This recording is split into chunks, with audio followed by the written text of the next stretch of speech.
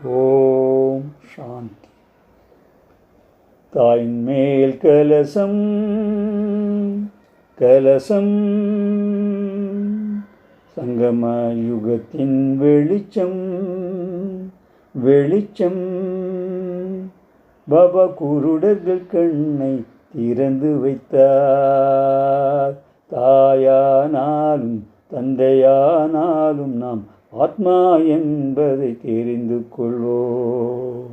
தாய் மேல் கலசம், சங்கம யுகத்தின் வெளிச்சம். பாபா குருடர்கள் கண்ணை திறந்து வைத்தார். தாயானாலும் தந்தையானாலும் நாம் ஆத்மா என்பதை தெரிந்து கொள்வோம். தாய் மேல் கலசம், சங்கம யுகத்தின் வெளிச்சம். இருட்டினில் வாழும் மனிதர்களே, கொஞ்சம் வெளிச்சத்தில் வாருங்கள். இருட்டினில் வாழும் மனிதர்களே, கொஞ்சம் பாபா ஞானத்தை கேளுங்கள். பாபாவின் ஞானம் எப்படி இருக்கும் என்பதை வந்தே பாருங்கள்.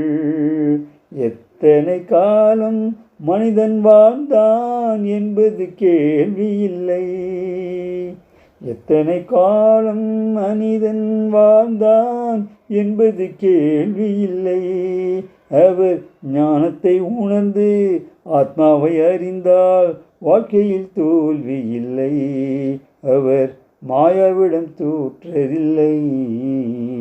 தாயின் மேல் கலசம், சங்கம யுகத்தின் வெளிச்சம். பாபா மூன்றாம் கண்ணை திறந்து வைத்தார். தாயானாலும் தந்தையானாலும் நாம் ஆத்மா என்பதை தெரிந்து கொள்வோம். தனி ஒரு மனிதன் ஞானத்தை கேட்டால் அவர் குணங்கள் உயர்ந்துவிடும். பாபாவிடம் இருப்பதை எல்லாம் எடுத்துக்கொண்டாலே நம் பிறவியும் உயர்ந்துவிடும். தந்தையின் ஆசியை குழந்தைகளுக்கென்றே கொடுத்திட வந்தாரே. அவரவர் முயற்சிக்கு ஏற்றாற் போல நாமும் எடுத்துக்கொள்வோம்.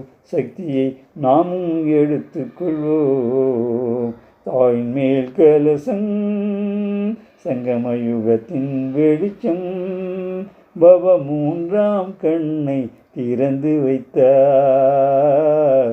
தாயானாலும் தந்தையானாலும் நாம் ஆத்மா என்பதை தெரிந்து கொண்டோம். ஆத்மா என்ற மூன்றாம் கண்ணை பாபா திறந்தாரே. இதுதான் ஆத்மா, இதுதான் சக்தி என்பதும் தெரியவில்லை. உடலை இயக்கும் ஆத்மா ஒரு ஒளிப்புள்ளி என்பதும் புரியவில்லை. அதை புரிந்தே நடந்தால் உந்தன் வாழ்வில் இனிமேல் உயர்ந்திடுவார். ஆத்மா என்று புரிந்தே நினைத்திடுவோம். தாய் மேல் கலசம், சங்கம யுகத்தின் வெளிச்சம். பாபா குருடர்கள் கண்ணை திறந்து வைத்தார். தாயானாலும் தந்தையானாலும் நாம் ஆத்மா என்பதை தெரிந்து கொள்வோம். தாய் மேல் கலசம் கலசம், சங்கம யுகத்தின் வெளிச்சம் வெளிச்சம்.